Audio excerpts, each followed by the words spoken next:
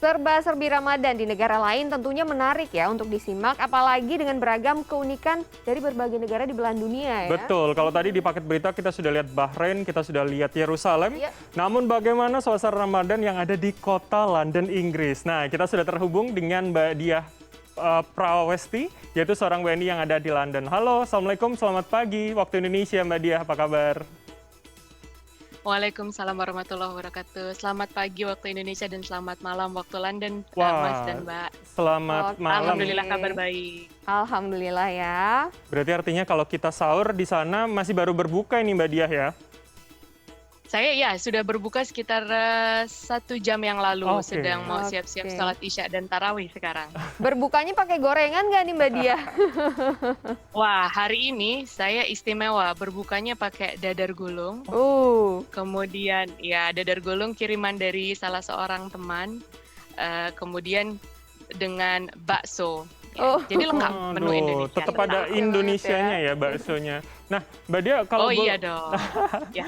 kalau boleh tahu sudah berapa lama tinggal di London dan bagaimana rasanya Ramadan ketiga di pandemi ini apalagi setelah banyak pelonggaran begitu dari pengetatan COVID-19 di sana, Mbak? Ya, jadi saya kurang lebih yang tinggal berturut-turut sudah 10 tahun. Ya, lebih 10 tahun. Sebelumnya sempat tinggal beberapa lama tapi masih pulang pergi yang tinggal berturutan 10 tahun. Kemudian betul, ini adalah Ramadan tahun ketiga selama pandemik. Jadi alhamdulillah tahun ini pemerintah sudah melonggarkan restriksi, sudah hampir tidak ada lagi, sekarang semuanya serba voluntary, voluntary untuk memakai masker, jadi tidak diwajibkan lagi, kalau mau pakai silakan, enggak juga nggak apa-apa. Dan gathering juga sudah diperbolehkan.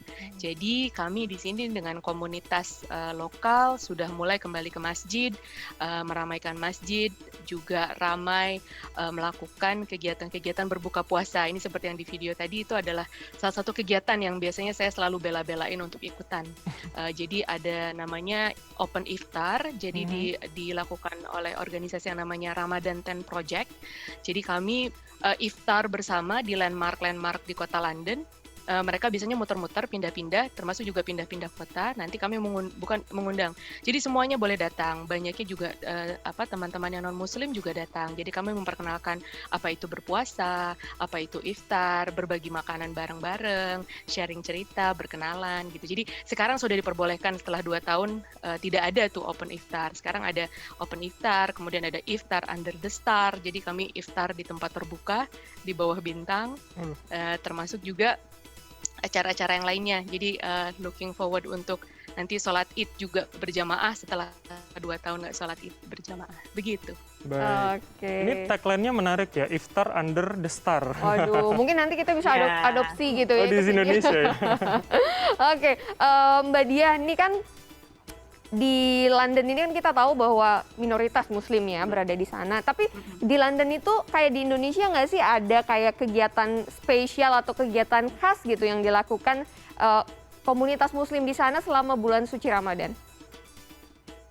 Ya, memang London ini komunitas Muslim memang minoritas. Tapi bila dibandingkan dengan kota-kota lain di Inggris, maka proporsi Muslimnya adalah yang paling banyak. Dan kalau misalnya dibandingkan juga dengan keseluruhan populasi Muslim di Inggris, mungkin banyak terkonsentrasi, salah satunya adalah di London. Dan memang sangat semarak jadinya bila dibandingkan dengan kota-kota lain. Tentu kalau dibandingkan dengan di Indonesia sangat berbeda, tapi komunitas Muslim di London dan sekitarnya ini juga sangat aktif dalam artian aktif melakukan aktivitas untuk ke dalam komunitas, juga keluar komunitas, memperkenalkan Islam, memperkenalkan apa saja aktivitas sebagai seorang Muslim, termasuk diantaranya tadi melibatkan warga non-Muslim untuk masuk dan berkenalan dengan kita, memperkenalkan apa itu puasa, memperkenalkan apa itu berbuka puasa. Bahkan ada teman-teman anak saya tuh di sekolah, ada beberapa dengan teman-temannya, mereka mencoba juga ingin tahu rasanya seperti apa sih berpuasa gitu. Jadi hal-hal seperti ini memang yang menjadikan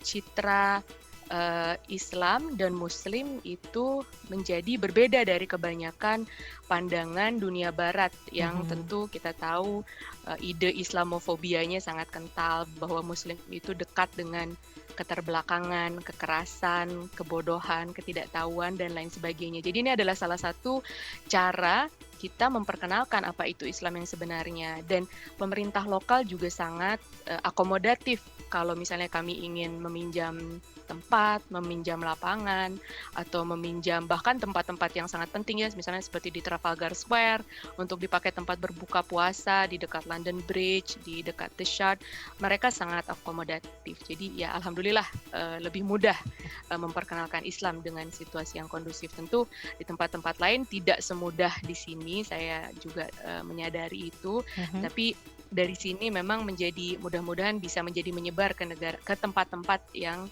Muslimnya juga minoritas. Mungkin begitu. Oke, menarik ya Iya. kalau ternyata bisa memperkenalkan Islam ke yang non-Muslim begitu ya. Tapi reaksi mereka ketika diperkenalkan puasa dan melihat mungkin kayak komunitas Muslim di sana tuh melakukan open iftar dan lain-lain, kayak gimana sih Mbak reaksi masyarakat di sekitar?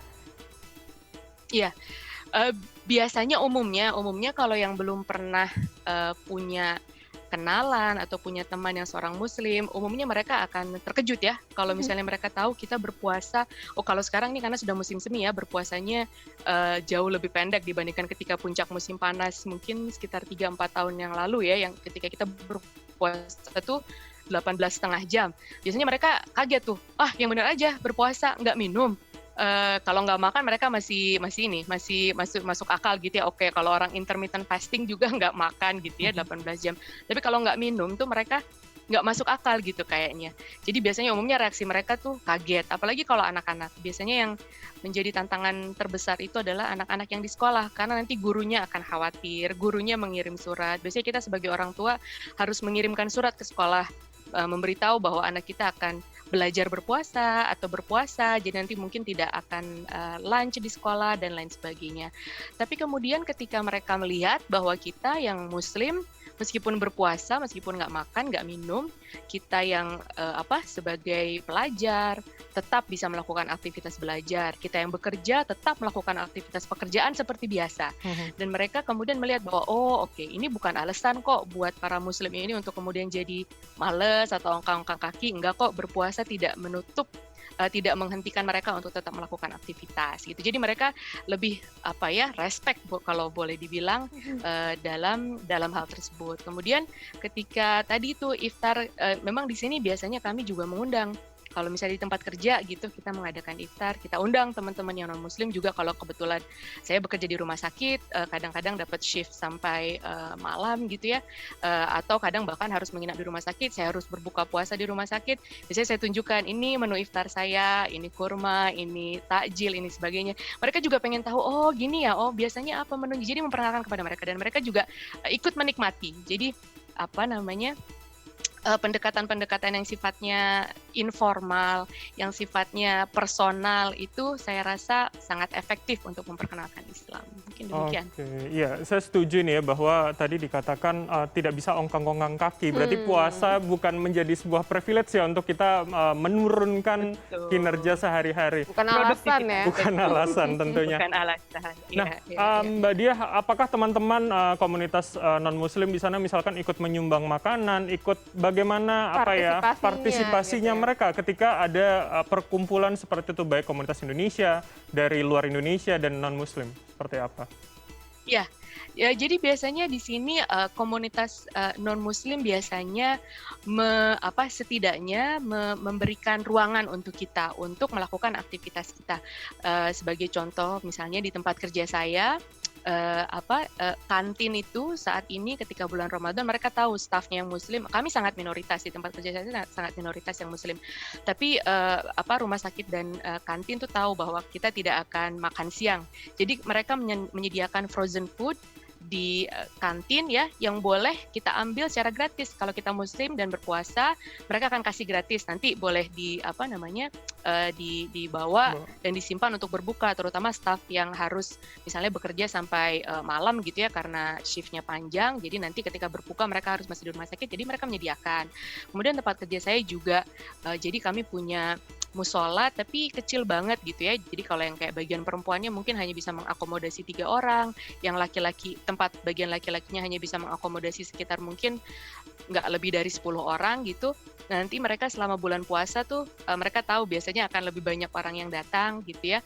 Jadi mereka menyediakan tempat namanya chapel, jadi gereja gitu ya, yang gereja kecil di rumah sakit yang bersebelahan dengan musola kami ini.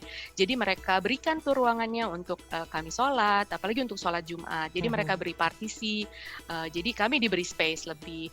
Kemudian juga di sini tempat-tempat ibadah yang lain, karena tentu di sini juga jumlah masjid tidak sebanyak jumlah gereja kan. Dan biasanya gereja itu mereka punya hall misalnya.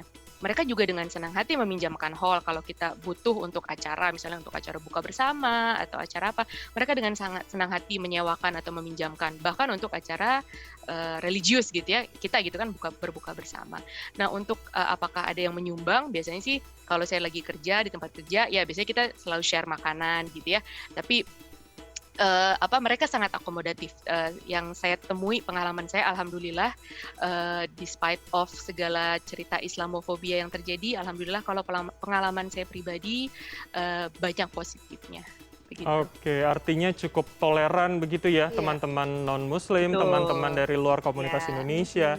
Nah ini yang juga menjadi pertanyaan dan mungkin kekepoan beberapa pihak dan juga saya secara pribadi begitu. Bagaimana ketika tadi Mbak sudah mengatakan buka masker, artinya interaksi sudah cukup intens, bahkan mungkin seperti sebelum pandemi begitu ya. Bagaimana soal vaksin di sana Mbak, terutama untuk teman-teman dari komunitas WNI?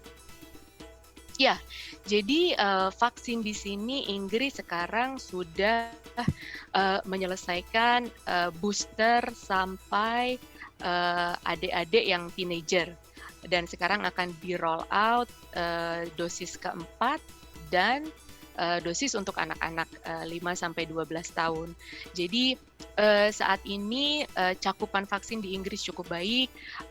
Untuk komunitas Muslim sendiri, saya bersama dengan BIMA, jadi kami punya namanya satu organisasi kesehatan Muslim, British Islamic Medical Association. Kami gencar melakukan kampanye pentingnya vaksin, terutama kepada komunitas-komunitas Muslim, karena beberapa di antaranya ketika dulu awal-awal cukup banyak yang ragu-ragu, tidak sedikit juga yang menolak gitu. Jadi pendekatan-pendekatan secara komunitas, secara personal itu sangat efektif.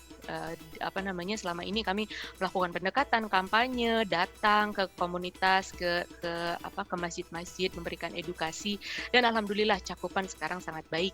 Jadi saat ini meskipun angka infeksi Omikron juga sangat tinggi kembali ya, meski sekarang sudah peak sepertinya, diperkirakan sudah mencapai puncaknya lagi, tapi angka yang dirawat di rumah sakit saat ini rendah, dan angka kematiannya juga rendah. Angka kematian karena COVID itu juga rendah gitu. Jadi alhamdulillah masyarakat Muslim mengambil atau berpartisipasi dengan sangat bersemangat program vaksinasi yang dilakukan oleh pemerintah. Baik, terima kasih banyak Mbak Dia atas waktunya dan ngobrol-ngobrol bersama Connected Ramadan hari ini. Semoga puasanya lancar, sehat selalu di sana, dan yang paling penting tentunya harapannya tadi supaya sholat Id mungkin bisa bersama-sama nanti ya. Betul sekali, tidak hanya Ramadan tapi juga Idul Fitri begitu ya. Iya. Oke, baik, terima kasih Mbak Dia. Terima kasih atas kesempatannya. Salam untuk semuanya di Indonesia. Baik, Mbak Dia. Assalamualaikum warahmatullahi wabarakatuh. Waalaikumsalam warahmatullahi wabarakatuh.